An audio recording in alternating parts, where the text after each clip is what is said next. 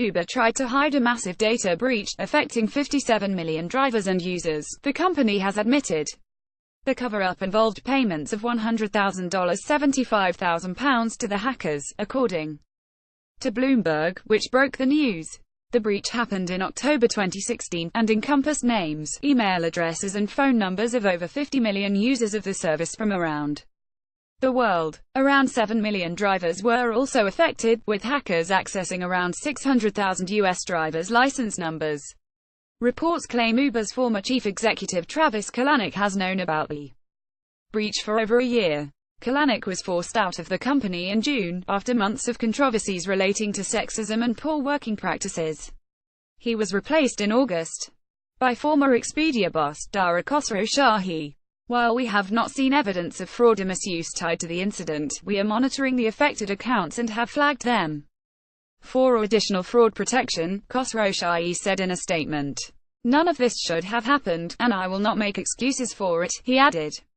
While I can't erase the past, I can commit on behalf of every Uber employee that we will learn from our mistakes.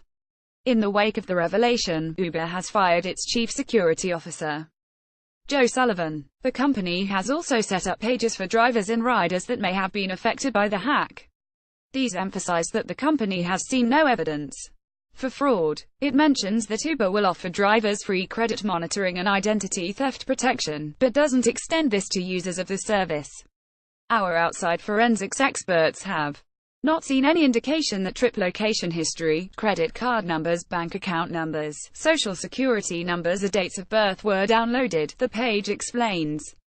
Two hackers managed to access a private GitHub site for Uber software engineers, according to Bloomberg. They were able to grab login credentials from there, which allowed them to access an Amazon Web Services account for Uber. There they found an archive of driver and user information, and blackmailed the company for money. Uber has not had a great year, to put it mildly. The resignation of Kalanick was clearly intended to distance the company from mounting claims of allowing a sexist working environment, and came in the wake of reports that Uber's boss in Asia had been fired for obtaining medical records of a woman who had been raped by an Uber driver. The bad news has continued to amount since Khosrowshahi joined the company. However, the ride-sharing company has lost its license to operate in London, and recently lost an appeal in the UK over how its workers should be categorized.